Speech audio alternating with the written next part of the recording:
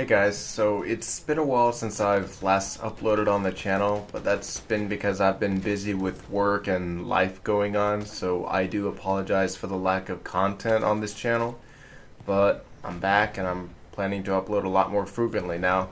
So with that said, I've made it past 50 subs, 53 last I checked, so I'm gonna do the Q&A as I promised. So without further ado, let's get started.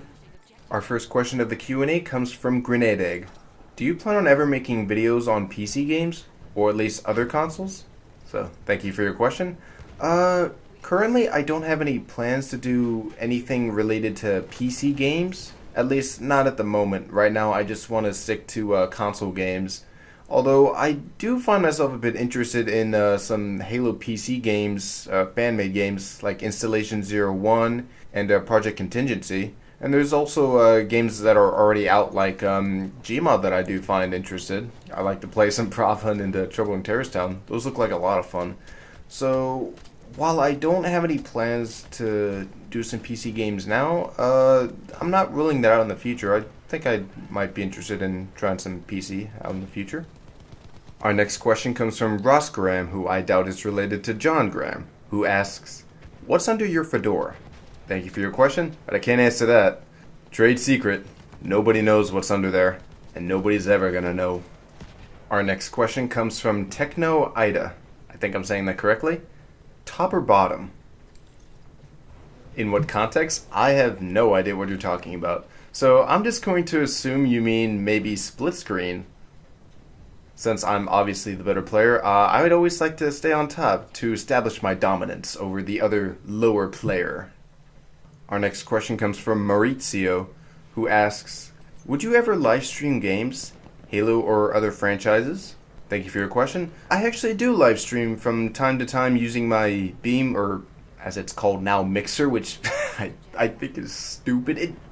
It makes more sense to call it Beam. Oh hey, I'm beaming games. Now I'm mixing games. It just doesn't make sense. But anyway, I do mix... God damn it. I do stream games on a Mixer from time to time, doing random games like The Walking Dead, as I still need to do the last episode.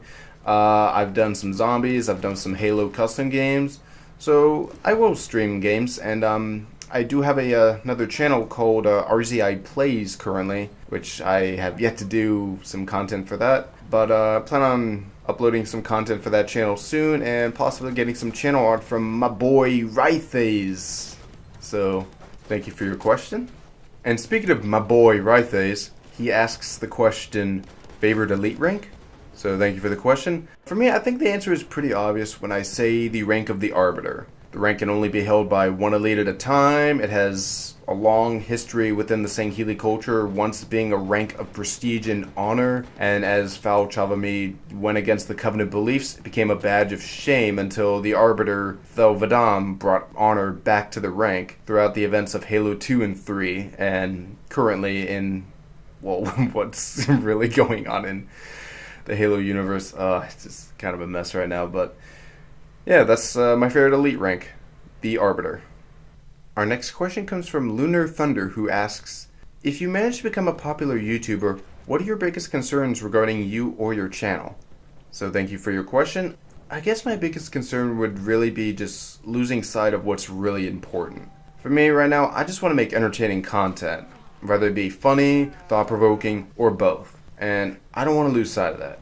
Because there are other channels out there who start out just doing entertaining content. They make something funny or something dramatic, and then they start getting money, and then they get more money, and then their quality goes downhill, and they just care nothing about getting money from their videos, and then it just goes downhill, and I just don't want to go through all that, and well, I just don't want to end up being that kind of person. I just want to make something entertaining, and I just want to make people laugh.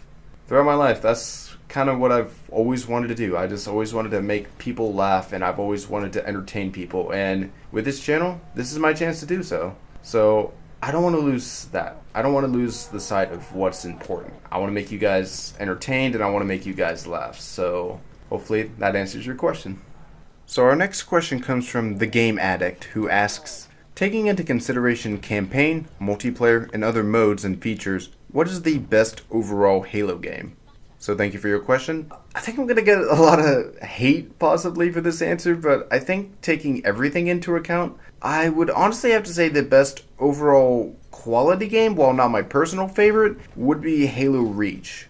I mean, taking into effect the campaign had the most variety out of any campaign like previously in the series, and even so far, like going forward with Halo 4 and 5, it still has the most variety. You get to fight inside an Oni base, you get to fight Covenant in a stealth mission like in the night, which I love. I've always loved these kind of stealth-like missions. I love fighting through Covenant, trying to sneak by them. I love doing that in Halo 2. And you get to fight open levels, driving warthogs, mongooses, and tanks. There's a level where you get to fly a ship into space and fight the Covenant in space. After playing Battlefront 2, it was a dream of mine to see space battles in Halo. So to see that in Halo Reach's campaign, it was awesome to see. You also get to fight the Covenant inside a Covenant ship in zero gravity, which was awesome. And you get to fight inside a city under attack by the Covenant, both on the ground and in the air with Falcons. So that's quite a lot of things for the campaign. And in terms of multiplayer, it had pretty much every game mode that Halo's ever had up to that point, except for VIP, which I don't know why they didn't have VIP, but we got everything else, and we got Invasion. And I fucking love Invasion. 99% of the time I played Halo Reach's multiplayer, it was fucking Invasion. I loved it.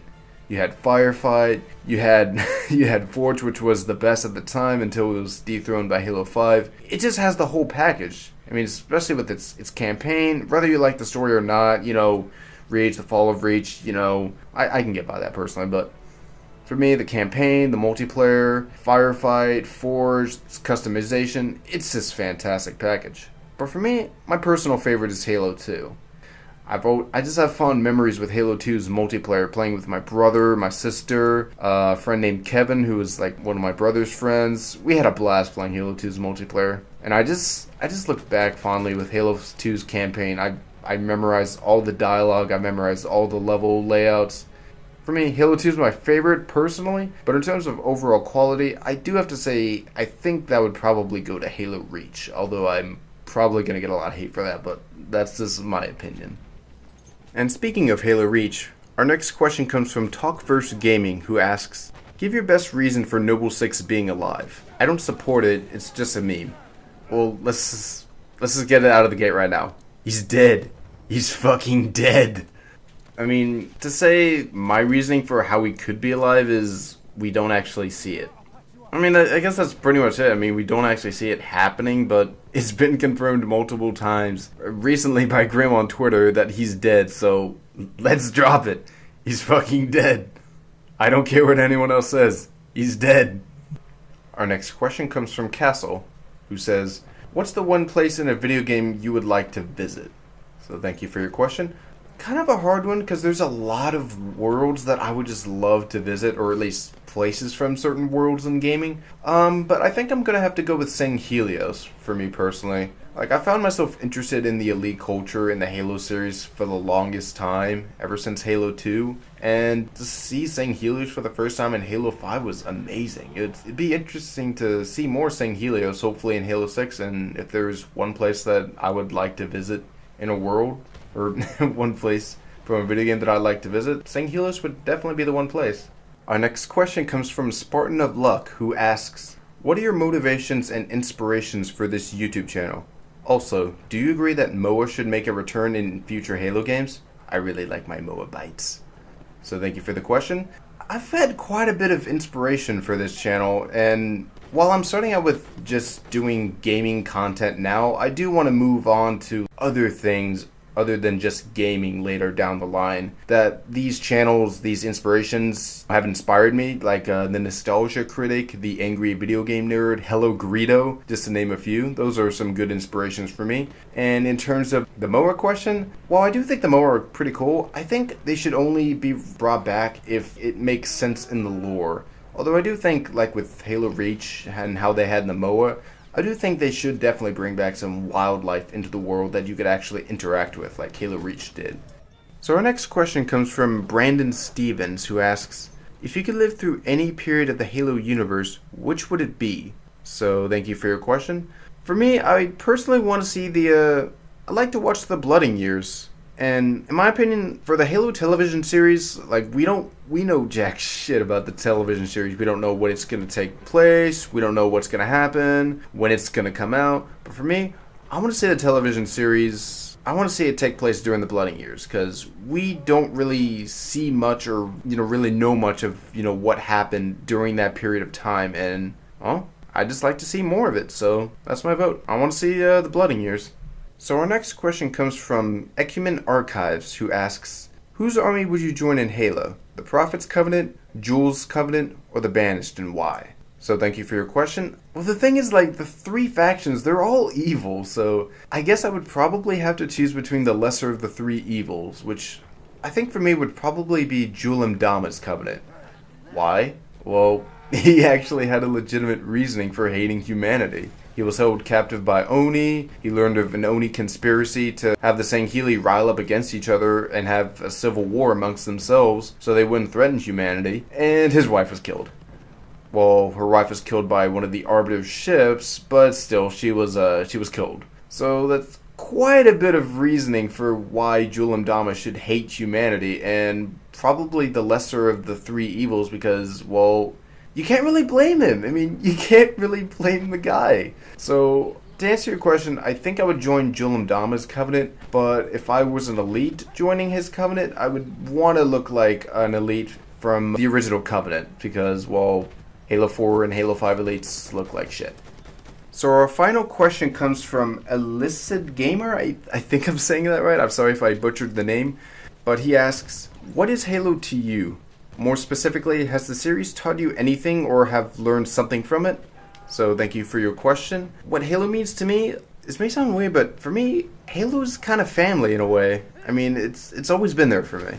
But in terms of what has the series taught me, it's taught me quite a bit. I don't want to go too far into it because this video is probably going a lot longer than it probably should. But for me, I think the main thing that it's taught me is not just blindly believe what you're told, like how the Arbiter blindly believed in the Great Journey and along with the rest of the elites. Don't just believe what you're told, just keep an open mind. And that's something that I wish Halo 6 kind of explored, how Jameson Locke blindly was supposed to believe that Chief was a traitor and that he needed to bring him in. I kind of wish that the Arbiter was sort of like a guide to Agent Locke, telling him the exact same thing he learned during the events of Halo 2.